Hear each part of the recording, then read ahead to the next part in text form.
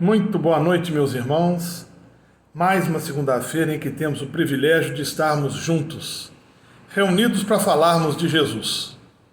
Esta segunda-feira, quem vai falar para nós é o nosso irmão Daniel Salomão, da FEAB. O tema: Paulo em Atenas. Que possamos aproveitar ao máximo o estudo da noite de hoje. Fiquemos todos com Deus, na companhia da espiritualidade amiga, que com certeza está nos intuindo para o melhor aproveitamento do estudo na noite de hoje. Que assim seja. Olá a todos, eu sou Daniel Salomão, da Fundação Espírita Aurélio Braga Esteves, de Juiz de Fora, e hoje, como vocês já sabem, nós vamos conversar sobre o tema Paulo em Atenas.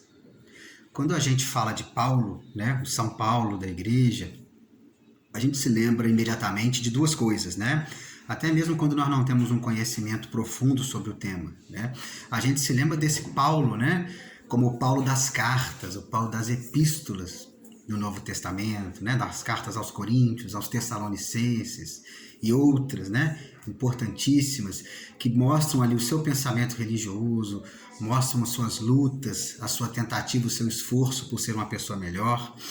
Nós conhecemos também Paulo de Tarso pelas suas viagens, Viagens, inclusive, passando pelos locais para os quais ele escreveria cartas depois, Comunidades que ele fundou ou que ele conheceu, já tendo sido fundadas, nas quais ele enfrentou muitos desafios e para as quais depois, enviaria essas cartas. Então esse é o que a gente, é o mais básico assim de se saber sobre essa figura que é exemplar, essa figura missionária do cristianismo primitivo.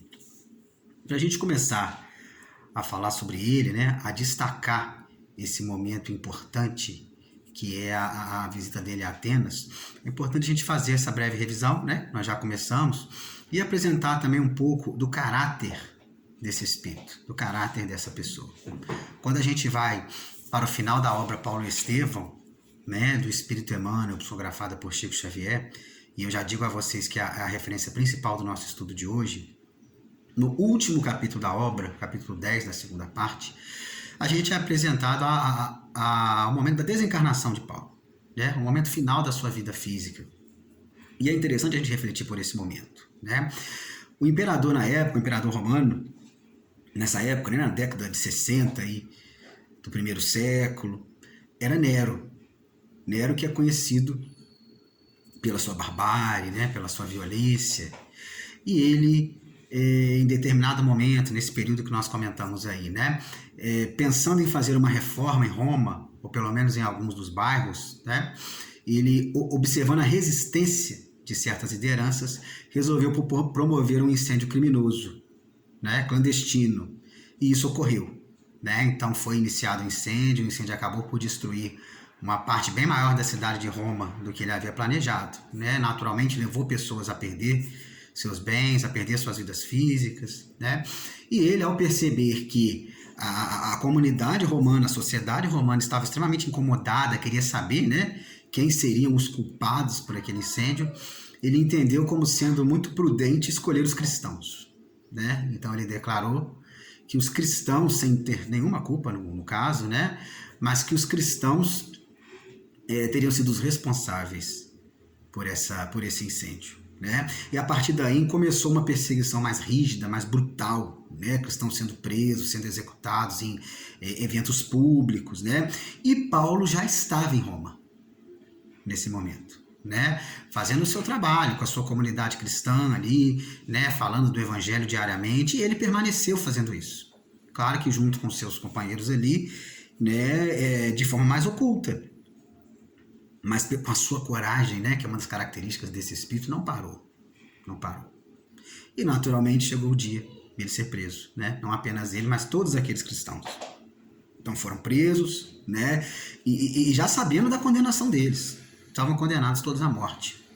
Mas Paulo, que era um cidadão romano, tinha também esse título, começou a usar de todos os meios legais para tentar evitar aquela chacina. Então ele foi conversando com as autoridades não tinham muito o que fazer, até que ele conseguiu chegar até o próprio imperador. Olha a coragem desse homem. né? Que ele já sabia que não era brincadeira, né? As ações do imperador geralmente eram muito agressivas, né? E ele então ficou frente a frente com Nero, expôs a mensagem cristã, expôs a doutrina cristã, né? Nero escutou ele com muita atenção até, né? Se fossem outros, talvez teriam sido executados ali mesmo, na frente dele, no local em que estava ali, né? E decidiu o seguinte, percebendo a grandeza daquele homem, a liderança que aquele homem tinha, né? Resolveu liberá-lo. Disse a ele o seguinte, olha, Paulo, você pode ficar aqui em Roma, você vai ficar numa espécie de prisão domiciliar, né? Onde você vai escolher, e ele ficaria, né, com alguns amigos cristãos, e de tempos em tempos você vai ter que prestar contas aqui em determinado local aqui de Roma, para mostrar que você está aqui, tá? E tudo bem, e liberou Paulo. Mas, na verdade, o que ele queria era encontrar um momento mais propício para executá-lo. E chegando na véspera na reinauguração do Circo Máximo, né, que era um local aí de execução mesmo, de eventos públicos em geral, e onde também os cristãos, esse grupo seria executado, né? Ainda não existia o Coliseu nessa época, né, mas havia um local maior, que era o Circo Máximo, né? E era onde eles seriam executados. E na véspera dessa inauguração, Paulo, então, deveria ser executado. E foi o que aconteceu, né? Então, chegando ali o momento da inauguração do Circo Máximo, Paulo foi retirado junto com os seus anfitriões, né? Com quem ele ficou esse tempo todo, foram presos, né? Eles se despediram porque sabiam que era o último momento da vida física deles, né? Paulo fica preso, isolado numa cela, e tempos depois ele é retirado dessa cela, caminhado para um local mais ermo, né? Com soldados, né, romanos para fazer ali, realizar a tarefa. E quando ele chega lá é muito impressionante a sua autoridade moral, né, que nenhum daqueles soldados queria ter, né, a incumbência de executá-lo. E caiu na mão de um deles, né, que vai a Paulo com a sua espada, vai dizer a Paulo que lamenta ter que fazer aquilo, né, e vai ouvir dele que na verdade quem lamentava era Paulo. Não lamentava pela sua morte física, não, que estava próxima, lamentava por ele, pelo soldado que ainda precisava da violência para manter sua sobrevivência física, né? Ao ainda observar que aquele soldado tremia, disse a ele, não temas, né? Cumpre o seu trabalho, cumpre a tua missão. Paulo já tinha cumprido a dele. Então, o soldado, né, ergue a sua espada e golpeia Paulo, né? Como deveria ser, como ele havia recebido como missão. Naquele momento, então, terminava a encarnação, como nós dissemos, né, de um dos grandes exemplos, de um dos grandes pilares do cristianismo primitivo. Exemplo de virtudes, que nós vamos comentar aqui, né, exemplo de coragem, como nós já dissemos, não a coragem de fazer um esporte radical, não a coragem de ser agressivo com alguém, de brigar, não. Mas a coragem de enfrentar com fraternidade a dificuldade, de enfrentar com caridade os inimigos. Ele não era inimigo de ninguém. Mas como qualquer um que busca fazer o bem, tinha inimigos. E ele enfrentava, né? Se doou à divulgação da mensagem cristã. Também a tolerância vai ser a virtude que nós mais vamos destacar aqui. Vocês vão observar, né? E por fim, a humildade de alguém que mesmo tendo a erudição que tinha, a qualidade que tinha, em momento algum se colocou como superior, em momento algum se colocou como melhor que os demais, como mais importante que os demais. Mas sempre reconheceu, sim, a própria competência e se dedicou de forma humilde a divulgar a mensagem de Jesus. Esse é Paulo de Tarso, gente. E nós vamos falar aqui hoje, como nós já comentamos, né, de um momento específico da sua segunda viagem, a sua chegada a Atenas. Mas antes disso é importante fazer um pequeno caminho, né, até seguindo mesmo o caminho físico que ele traçou. Nessa segunda viagem, né, é até importante falar um pouco das viagens, antes de entrar na segunda especificamente, né? Então, Paulo, como a gente sabe, né, após a sua conversão, em torno do ano 35, 36, ali, né, do primeiro século, né, 3, 4 anos após a crucificação de Jesus, ele naturalmente buscou o acolhimento entre os próprios companheiros judeus. Foi rejeitado por eles, porque estava defendendo alguém contra quem ele havia sido o maior perseguidor no momento. Havia sido um grande líder da primeira perseguição aos cristãos. Foi rejeitado por eles. Foi rejeitado também pela própria família, naturalmente uma família de judeus, que naquele momento renegava a proposta de Jesus. E inicialmente foi rejeitado até mesmo pelos cristãos. Quando vai procurar a comunidade ali nas redondezas de Jerusalém, né? Eles naturalmente, compreensivelmente, entendendo que estavam frente a frente com aquele líder das perseguições, tiveram dificuldade de confiar nele assim de imediato. E Paulo então foi encontrar a sua acolhida numa comunidade cristã mais ao norte, na cidade de Antioquia, onde já se desenvolvia, não foi fundada por ele, mas onde já se desenvolvia uma grande igreja, entre aspas, uma grande comunidade cristã, né, que envolvia, além de judeus, gentios, né, ou judeus simpatizantes aí da cultura grega, né, da cultura gentílica, e ali ele foi muito bem acolhido, e a partir dali, né, e também enfrentando naturais dificuldades, né, ele partiu para essas viagens, para levar a mensagem de Jesus a todo mundo conhecido, e fez viagens extensas, gente. E é sempre importante a gente lembrar que as viagens naquela época não eram como hoje, né? Com ônibus, com avião, com recursos mesmo. A pessoas que não são ricas, né? Conseguem ter certo conforto em viagens, mas para Paulo não havia nenhum. Né? Então eram viagens a pé, ora em navios, em barcos de transporte, também sem conforto. Né? Então é importante a gente colocar isso. Ele faz uma primeira viagem com Barnabé, né? Uma viagem relativamente curta, né? Vai à ilha de Creta, ali volta, divulga ali em alguns locais, funda algumas comunidades, mas faz uma segunda viagem, essa muito importante, né? E aí ele vai percorrer, claro, cidades da Ásia Menor, vai percorrer as cidades da Grécia, né? Da Macedônia. E aí a gente se aproxima do que nos interessa, né? O momento em que começa esse caminho mais próximo de Atenas é quando ele chega em Tessalônica. É uma cidade também que é famosa, né, na história do cristianismo. Ali também, né, uma comunidade cristã, e a ela Paulo destinou depois 2 epístolas, né? Primeira e a segunda epístola aos Tessalonicenses. Então olha que interessante o carinho que ele tinha, né, para com essa comunidade. Inclusive é quase um consenso entre estudiosos que um dos textos mais antigos, talvez o texto mais antigo cristão que a gente tem acesso hoje, seja a primeira epístola aos Tessalonicenses. Antes mesmo até dos evangelhos, né, da forma como a gente lê. Então olha a importância dessa cidade, né, e do interesse, do carinho que Paulo tinha pelos Tessalonicenses, né. E lá em Tessalônica ele faz, quando ele chega, né, o que ele costumava fazer. Né? Nesse momento ele está ali com Silas, com Timóteo, né, outros companheiros, não mais com Barnabé. E o que ele faz quando ele chega, né, quando ele chegava nessas cidades, né?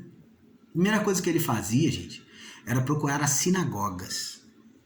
O que eram as sinagogas? As sinagogas eram as assembleias, eram, entre aspas, as igrejas dos judeus. Não eram templos, né, de forma alguma. O templo para eles era o único templo de Salomão, o templo de Jerusalém, né? Mas eram locais de reunião.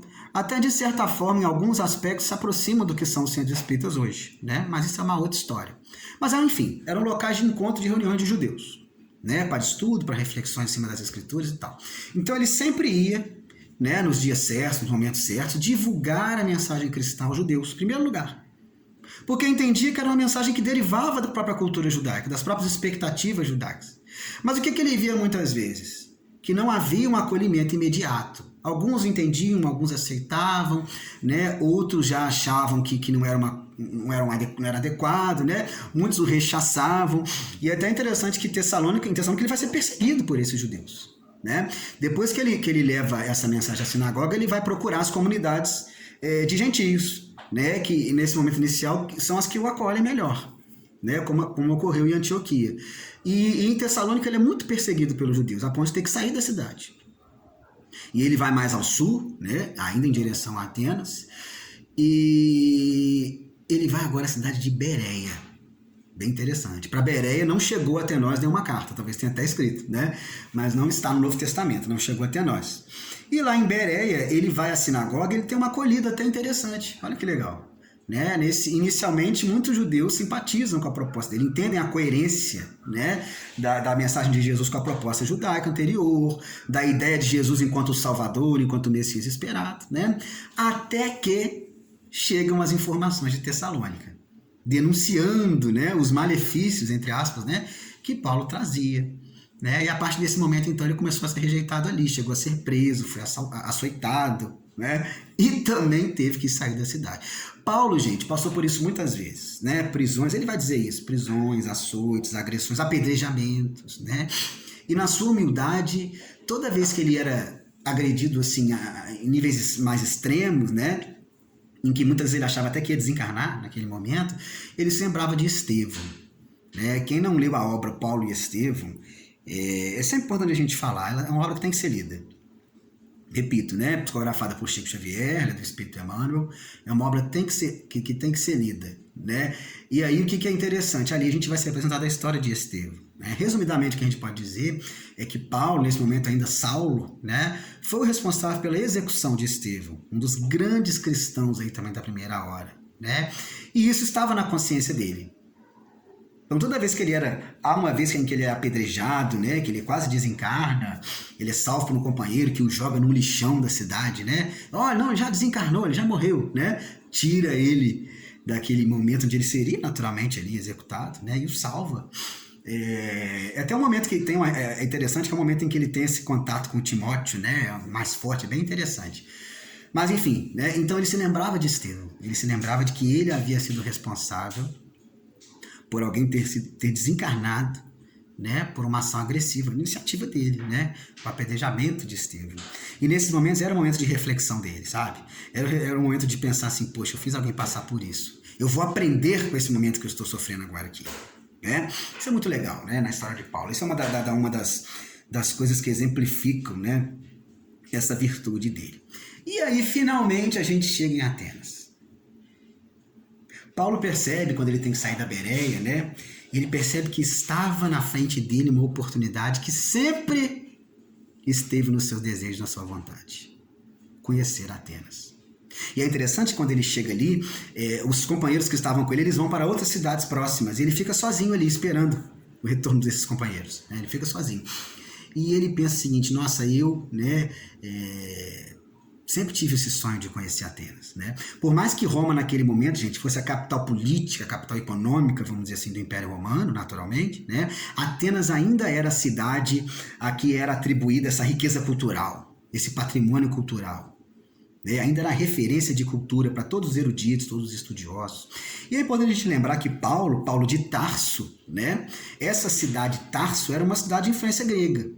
Era uma cidade onde a comunidade judaica era minoritária, não era uma cidade de judeus. Né? Ela é bem ao norte ali de Jerusalém, né? Bem acima ali, bem ao norte de Antioquia. Né? Antioquia acho que fica no meio do caminho, assim, mais ou menos, entre Jerusalém e Tarso. E é uma cidade de influência grega. Então Paulo, naturalmente, antes de ir a Jerusalém para ter a sua educação entre fariseus, né? Ele conheceu as escolas gregas. Né? Ele conhecia o pensamento grego, ele conhecia, né, essa cultura, de certa forma, de Atenas. Era um sonho que ele tinha desde novo. E ele pensava o seguinte, tem até um momento em que ele desabafa com Lucas, né? Lucas evangelista, né? Que a gente sabe que é um dos discípulos de Paulo, né? E ele desabafa diante da dificuldade que ele tinha de apresentar a doutrina cristã aos judeus. Quando ele entendia que os judeus eram excessivamente tradicionalistas, excessivamente conservadores, duros, fechados, né, a discussões de novas ideias. E aí é interessante que ele vai dizer que naquele momento ele tinha a oportunidade de conhecer pessoas mais cultas, talvez. Será que os atenienses seriam mais abertos, né, a essa proposta cristã? Essa era a dúvida dele. Né? E ele resolveu descobrir isso. Ele que não perdia tempo, né, gente? Ele que em todo momento aproveitava para divulgar, para exemplificar, para falar da mensagem de Jesus. Ele não ia perder aquele momento de forma alguma. E ele entra em Atenas. Para analisar esse momento fantástico de Paulo em Atenas, eu vou convidar todos vocês a acompanharem comigo o capítulo 17 do livro Atos dos Apóstolos. Essa narrativa que nós vamos trazer aqui, ela também é contada na segunda parte da obra Paulo e Estevão, no capítulo 6. Tá? Eu recomendo a leitura completa. Aqui na nossa conversa, eu vou tentar partir do Atos dos Apóstolos, né? E pincelar e trazer os acréscimos aí que a obra Paulo e Estevão faz a nós em relação a essa mensagem. Tá bom? Então eu vou ler para vocês, vou até estou com a Bíblia de Jerusalém aqui, mas vocês podem usar a versão que vocês tiverem, né? Eu vou ler para vocês o início desse trechinho que nós escolhemos, tá? Na Bíblia de Jerusalém é fácil, no capítulo 17, vocês vão ver um título, Paulo em Atenas, né? Mas é a partir do versículo 16, desse capítulo 17. E o texto diz o seguinte para nós, olha: enquanto os esperava em Atenas, ou seja, esperava os seus companheiros, né, Silas e Timóteo, que haviam ido para outra região, seu espírito inflamava-se dentro dele, ao ver a cidade cheia de ídolos. Disputava por isso na sinagoga com os judeus e com os adoradores de Deus, e na ágora, a qualquer hora do dia, com os que a frequentavam. Até mesmo alguns filósofos epicureus e estoicos o abordavam, e alguns diziam: que quer dizer este paurador, este falador? E outros: parece um pregador de divindades estrangeiras. Isto porque ele anunciava Jesus e a ressurreição. Tomando-o então pela mão, conduziram-no ao Areópago, dizendo: poderíamos saber qual é essa nova doutrina apresentada por ti? Pois são coisas estranhas que nos trazes aos ouvidos. Queremos, pois, saber o que isto quer dizer. Todos os atenienses, com efeito, e também os estrangeiros aí residentes, não se entretinham noutra coisa senão em dizer ou ouvir as últimas novidades. Então, olha que interessante, vou fazer uma pausa aqui, depois nós vamos ler mais um trechinho que é o discurso dele no Areópago. Primeira coisa, entender as palavras que aparecem aqui, que não são naturais no nosso vocabulário, né? Então, o que a gente vai ver? O que Paulo fazia? Igual a gente já explicou. Ele chega em Atenas e ele busca a sinagoga. Então, vai lá, fala aos judeus e aos adoradores de Deus. Quem são esses adoradores de Deus? São convertidos, são simpatizantes, né, interessados na religião judaica, né, que frequentavam também a sinagoga. Então, ele vai lá, expõe a doutrina cristã a eles. Nós não sabemos qual foi a reação deles, não fala aqui, né? E além disso, ele vai à ágora. E o que era essa ágora? Nas cidades de influência grega, né, a ágora era uma praça central. Então, onde havia feira, onde as pessoas se encontravam, onde as pessoas que tinham novas ideias divulgavam, como Paulo faz aqui, onde as pessoas conversavam, jogavam conversa fora, fofocavam, como fica claro aqui também, se entretinham, né, com diversas coisas. E Paulo, claro, vai ali, né, porque ali está essa maior concentração de pessoas. Ali ele vai falar de Jesus. E o que é interessante? Ali ele vai encontrar pessoas cultas, sim, eruditas, como ele esperava, né, de algumas correntes filosóficas que são citadas aqui no texto, né, entre os estoicos e os epicureus. O que é legal? Falar um pouquinho desses filósofos, né? Eles até tinham alguns pensamentos, né, que se assemelhavam à proposta cristã, né? Isso é bem interessante.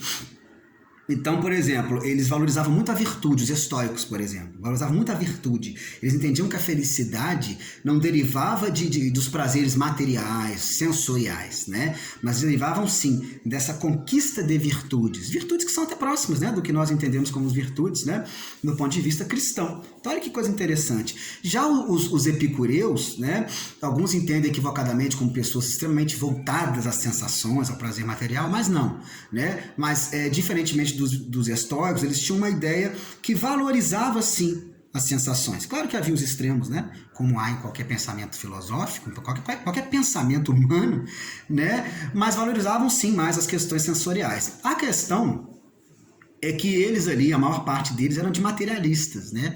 Eram de pessoas que, se tinham uma religiosidade, era um pouco diferente da religiosidade cristã, da religiosidade de Paulo, né?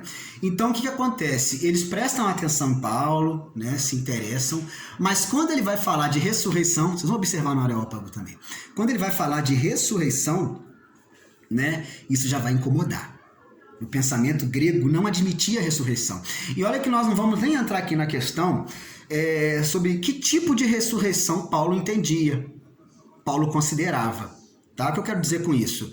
A gente sabe do pensamento cristão, ainda hoje majoritário, né, do entendimento da ressurreição da carne, que não é o nosso pensamento espírita, né, em relação a Jesus principalmente, e a gente sabe também que Paulo, né, nas suas cartas, ele vai mostrar ter um certo conhecimento de corpo espiritual.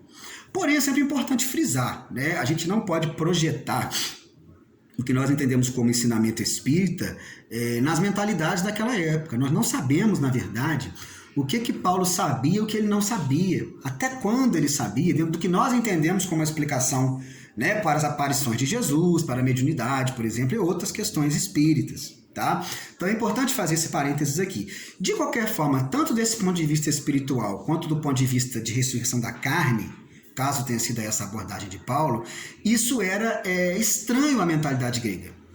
Era estranho ao pensamento grego. Né? Isso virou um certo motivo de chacota, né? É legal que Paulo, quando ele chega, e a descrição do Paulo Estevão é mais precisa em relação a isso, né?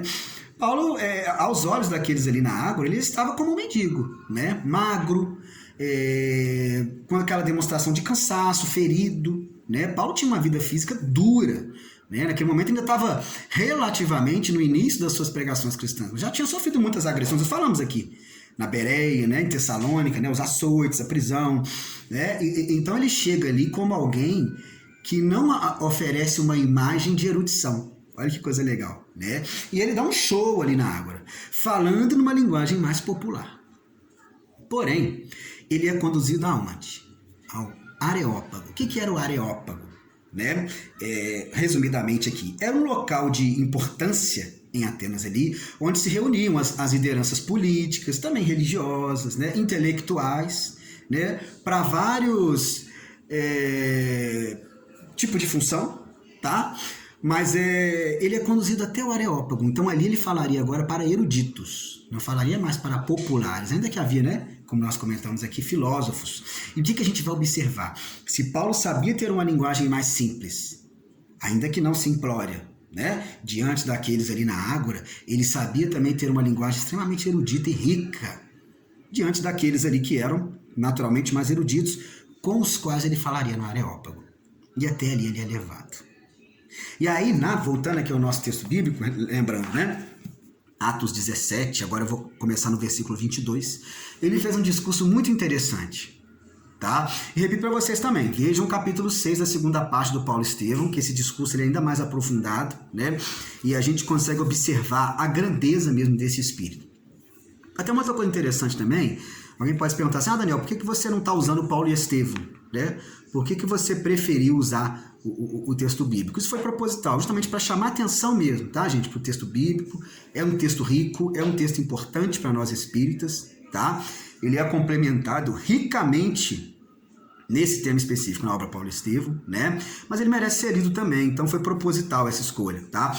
Naturalmente também o texto bíblico ele é mais resumido, né? Ele é mais pontual, assim, né? Ele destaca o que é mais, vamos dizer assim, o que é mais factual, o que é mais importante, tá? Então é legal a gente, às vezes, partir desse texto, tá bom?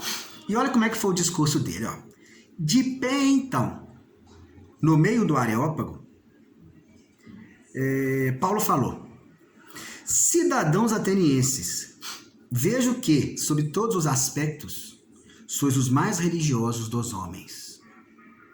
Pois, percorrendo a vossa cidade, observando os vossos monumentos sagrados, encontrei até um altar com a inscrição ao Deus desconhecido. Ora bem, o que adorais sem conhecer, isto venho eu anunciar-vos.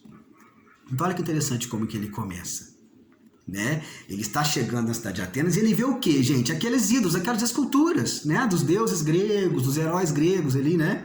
Então ele vê o seguinte, olha como é que ele parte do argumento dele. Ele vê que sim, eram pessoas que valorizavam muito a religião, né?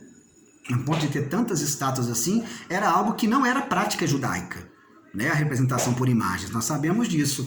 E aí daí a gente já começa a ver a tolerância de Paulo e o comprometimento dele com o que era mais importante. Se ele fosse um religioso radical, ele já teria virado de costas e voltado.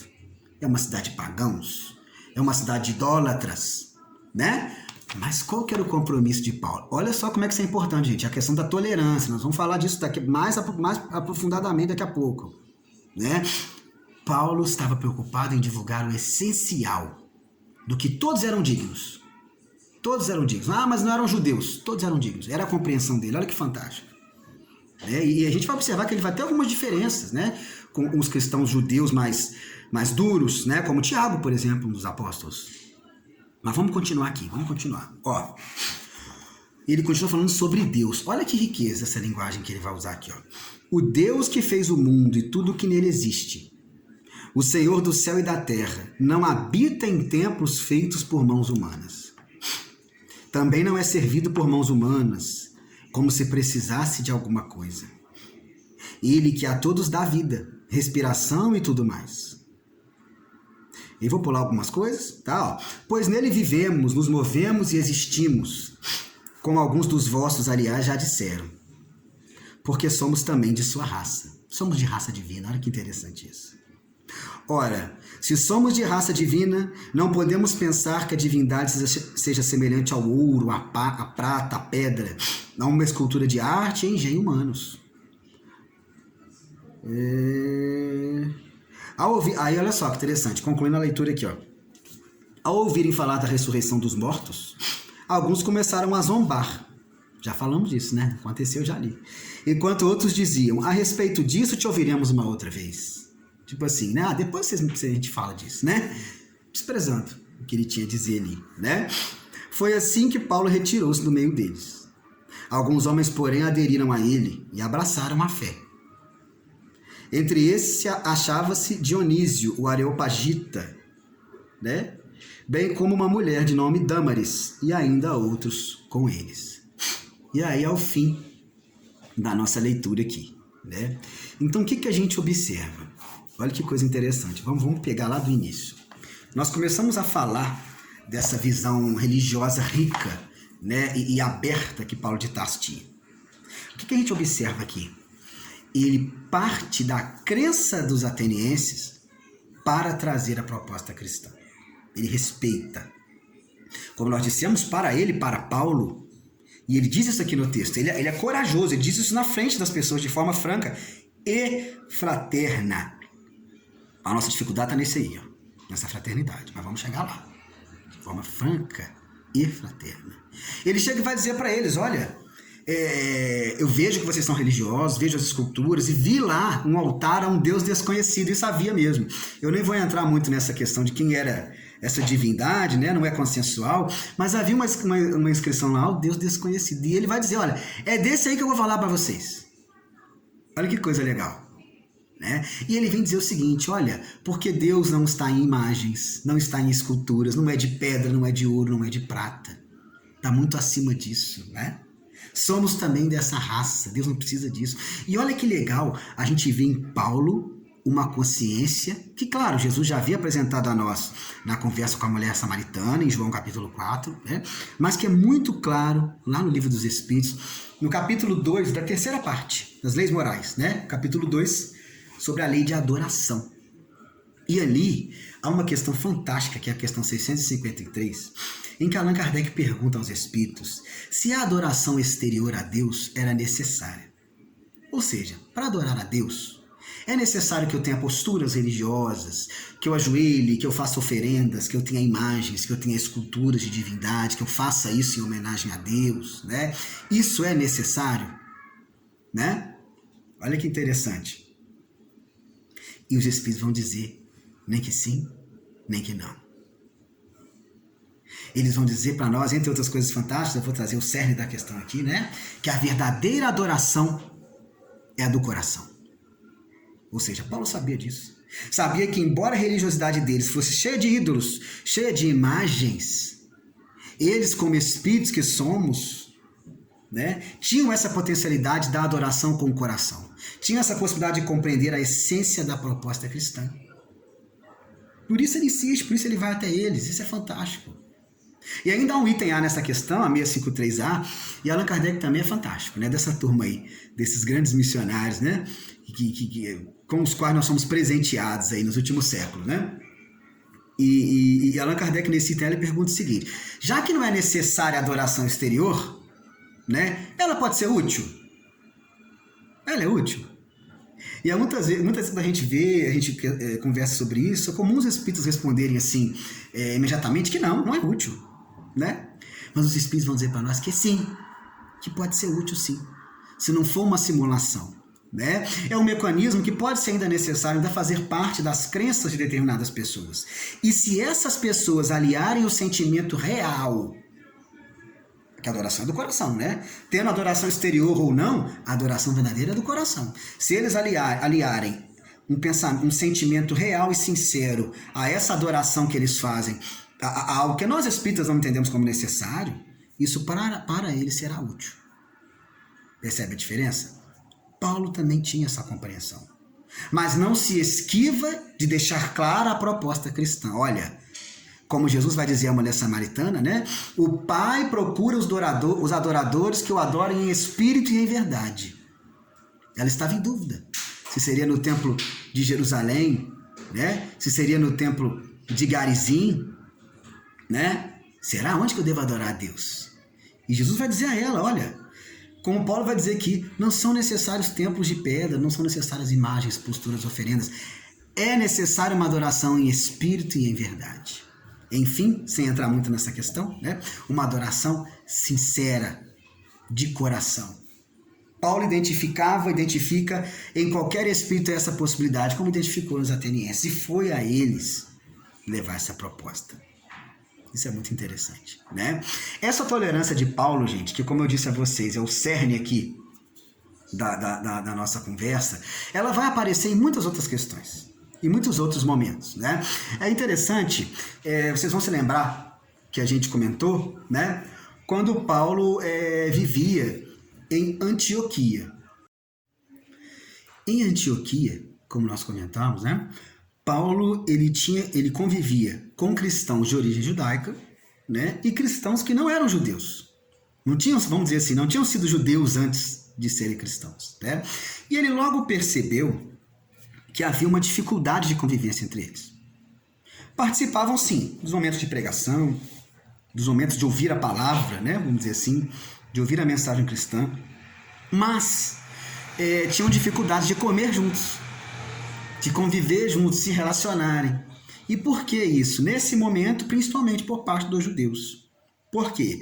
Os judeus tinham muita restrição em relação à carne, né? O tipo de carne que poderia ser comido, o tipo de animal que poderia, o que não poderia, né? A forma de matar esse animal para que ele fosse comido, né? E também tinha um problema, uma preocupação muito grande em estar comendo, né, sem querer, né, carnes que haviam sido oferecidas a ídolos, oferecidas aos deuses, por exemplo, que era um costume dos gentios, né?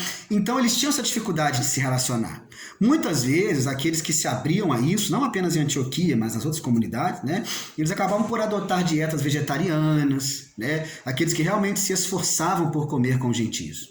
Mas Paulo identificava nisso um problema. E mais, um problema sem a menor, no ponto de vista dele, do nosso espírito, sem o menor sentido. Né? A gente vai ver muitas vezes nas próprias propostas de Jesus a preocupação muito maior do que o que saía, né? Que sai do homem, do que o que entra. Né? A consciência de que essa questão alimentar, como quaisquer outras, sempre seriam secundárias diante da preocupação maior, com a caridade, que era a essência da proposta cristã. E Paulo se esforçou sinceramente por resolver isso, né? A gente já sabe que ele falhou nesse ponto. Claro que não dependia apenas dele, né? Ele não conseguiu fazer essa unificação plena entre judeus cristãos e gentios cristãos, vamos dizer assim, né? Mas uma coisa que ele demonstrou que é fantástica, e que a gente vai trazer como exemplo, além dessa tolerância do ponto de vista religioso, né? Essa tolerância também do ponto de vista social, era a forma como ele agia. Então, quando ele estava com os judeus, se ele percebia que os judeus tinham aquelas restrições, ele seguia aquelas restrições. Porque ele também não estava preocupado com aquilo. Se era importante para os judeus, para ele não custava nada. Ele achava que não era importante se preocupar com a carne. Se veio disso, veio daquilo. Mas se ele achava que ia ser motivo de escândalo, né? Olha só o alerta que Jesus já havia feito. Se ele achava que ia incomodar, e se ele tinha certeza de que aquilo era secundário perante a proposta cristã central de caridade, ele não se importava. Quando ele estava com os gentios também, eles que não seguiam as leis cerimoniais judaicas, ele também não seguia. Porque ele estava preocupado com a essência. O que isso mostra para nós, gente? Não um comodismo, não um vale tudo, que nós vamos ver que o vale tudo tem um limite. Mas que nós, que estamos situados numa situação de muita... estamos colocados numa situação de muita polarização, podemos aprender muito com essa postura tolerante de Paulo. Se nós temos nossas posições políticas divergentes, se nós observamos que, do nosso ponto de vista, de um ou de outro, um político, um candidato, um ex-político, um ex-presidente, um presidente, um futuro presidente, que seja, né, está cometendo atitudes com as quais a gente não concorda, se a gente vê pessoas que defendem essas propostas, as mais diversas que sejam, das quais a gente também discorda, isso não nos autoriza, enquanto cristãos, a ter posturas anticaridosas, agressivas, revoltosas ou violentas perante essas pessoas. É claro que temos a liberdade de agir da forma como quisermos, né? Mas se quisermos agir em coerência com a proposta cristã, não podemos agir dessa forma. Paulo de forma alguma batia de frente com as pessoas, quando percebia que era uma questão acessória, perante o que é mais importante, que é a caridade. Aí alguém pode dizer assim, não, mas não, o que eu defendo não é acessório, o que eu defendo é fundamental. Tudo bem. O que eu defendo é a favor da caridade. O que a outra pessoa diz ou pensa é contra a caridade, então eu tenho que fazer. Tudo bem. A doutrina espírita, a proposta cristã, não se coloca contra isso. Jesus sempre foi um questionador. Paulo sempre foi um questionador. Allan Kardec sempre foi um questionador. Mas nunca se autorizaram a questionar de forma agressiva. Há uma questão no Livro dos Espíritos também, 841, né? Também na terceira página, na Lei de Liberdade, em que Kardec pergunta o seguinte, olha, mas se eu identifico doutrinas perniciosas, doutrinas que conduzem ao mal, eu não posso falar, né? Não posso falar nada, e os Espíritos vão dizer, não, você tem que falar. Olha que interessante, é um dever de caridade você falar. Agora, se você quer convencer alguém, discutir, né? Faça como fazia Jesus. Através da brandura e da persuasão, do convencimento. Não do se igualar à agressividade do outro. Então, se eu percebo uma postura que eu entendo como anticaridosa, a minha verdadeira ação cristã é dar a outra face. É agir de forma caridosa. É convencer de forma branda, de convencer, né, até sendo redundante, de forma persuasiva. Pelo argumento, pela palavra, pelo debate honesto, sincero, fraterno. Isso é o que Paulo fazia. Agora, isso não significa comodismo, mais uma vez. Há um texto do Emmanuel muito bonito também, no livro Fonte Viva, capítulo 173. Né? O Fonte Viva é aquele livro que ele é até famoso pela coleção Fonte Viva, né? Livros em que Emmanuel vai comentando versículos do texto bíblico. É muito bonito. São todos esses livros, né? Pão Nosso, Caminho, Verdade e Vida, etc. Né? São livros fundamentais que a gente costuma usar muito para abrir, né, os nossos trabalhos espíritas. Mas, enfim, nesse capítulo 173, Emmanuel ele vai comentar um versículo que é João 8,32. E conhecereis a verdade vos libertará. E o que nos chama a atenção nesse comentário dele é o entendimento que ele desenvolve sobre verdade. Porque a gente vê Jesus falando isso, né? Eu sou o caminho, a verdade e a vida. E conhecereis a verdade vos libertará. Mas peraí, o que é verdade para Jesus? É a pergunta que Pôncio Pilatos faz a ele em um dos evangelhos, né? O que é a verdade? O que Jesus pensava por verdade? Né? E Emmanuel vai dizer para nós que a verdade para Jesus não é nenhuma dessas verdades provisórias das religiões, das filosofias, das ciências, da política, da economia. Tudo isso é provisório. Mas muitas vezes, e agora a expressão do Emmanuel mesmo, nós nos entrincheiramos atrás desses pontos de vista. E trincheira nos lembra o quê? Guerra. Muitas vezes nós abraçamos essas verdades provisórias e entramos em guerra contra o mundo, contra o outro. Não uma persuasão, não guerra no sentido simbólico, não. Guerra real. A briga, a discussão, a agressividade. Isso pode ser qualquer coisa, inclusive livre-arbítrio. Está no seu livre-arbítrio, mas não é cristão. Olha que coisa interessante. Pode ser, mas não é cristão. A única verdade, a Emmanuel vai dizer para nós, é a verdade do eterno bem. Ou seja, o que é verdadeiro para nós, a gente tem plena certeza que não é uma questão de ponto de vista, e essa é a verdade para Jesus, é a verdade de que, para ser feliz, o único caminho é a caridade. Para eu mudar o mundo, o único caminho é a caridade. Caridade é ser bobo, caridade é estar na inércia. Não, caridade é ação. Caridade é ação. Então eu quero fazer uma crítica, faça. Honesta, fraterna, respeitosa. Persuasiva, branda. Porque essa minha verdade provisória que eu defendo, a favor ou contra determinado grupo, determinada pessoa, não pode estar acima da única verdade que é real. Até o momento para nós, que é da caridade. Entendem? A vivência de Paulo, a proposta de Jesus, o entendimento de Emmanuel nesse texto. É isso que é fantástico. E aí tem um momento, que talvez seja o mais grave dessa questão toda da tolerância, né? Que é quando um fato que ocorre bem interessante, que é o seguinte, quando Paulo, em determinado momento, ele estava em Antioquia, a comunidade foi visitada por Simão Pedro. Né? Ele mesmo. E ele ficou lá uns tempos, né? E ali ele interagia com gentios, conversava, participava junto com os gentios, ele que era de origem judaica, naturalmente, como Paulo, né? Só que certa feita, algumas pessoas da comunidade de Jerusalém, da igreja de Jerusalém, foram visitar Antioquia. Também judeus como Pedro, ligados a Tiago, que era o grande líder da comunidade de Jerusalém. E quando eles chegaram, Pedro mudou. Ele que vivia aberto tanto aos judeus cristãos quanto aos gentios cristãos, se fechou, se afastou. E Paulo observou aquilo.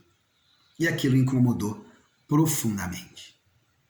E numa reunião em que eles estavam, e outras lideranças judaicas, e elas tremeram com medo de uma divisão no cristianismo, Paulo, dando esse exemplo que nós estamos citando aqui, de forma fraterna, branda e persuasiva, foi aberto com Pedro. E disse a ele, relatou a ele o seu incômodo. Relatou a ele a percepção de que Pedro era de um jeito acolhedor, compreensivo, e simplesmente pela chegada dos companheiros de Jerusalém, e eles também estavam nessa reunião, né? Ele havia mudado. E aí foi aquela preocupação, né? Quem é Paulo para desafiar Simão Pedro? Do lado de quem que eu vou ficar? Quando na verdade a questão não era nada disso. E sabe quem resolveu? E sabe o que resolveu? Mais uma vez foi a caridade, foi a brandura. Porque Pedro, na sua grandeza, na sua humildade, ao ouvir tudo aquilo de Paulo fraternalmente, teve essa riqueza espiritual de aceitar que estava errado. E aceitou. Aceitou a crítica de Paulo. Digeriu a crítica de Paulo, porque ele estava errado. Olha que coisa fantástica, gente. Olha que discussão exemplar. Foi uma discussão grave? Foi. Mas uma postura ali de dois corajosos, de dois pilares do cristianismo nascente, que exemplificaram o que é fazer um debate caridoso, honesto. Em momento algum foram covardes, em momento algum fingiram, em momento algum foram anticristãos, foram anticaridosos. Isso é o que a gente tem que buscar no nosso dia a dia. Isso é o que a gente tem que buscar, e Paulo demonstrou também na tolerância religiosa. Porque quando esteve no Areópago, como na Ágora, e falou o que pensava com convicção, com energia, com coragem, o que ele recebeu, gente?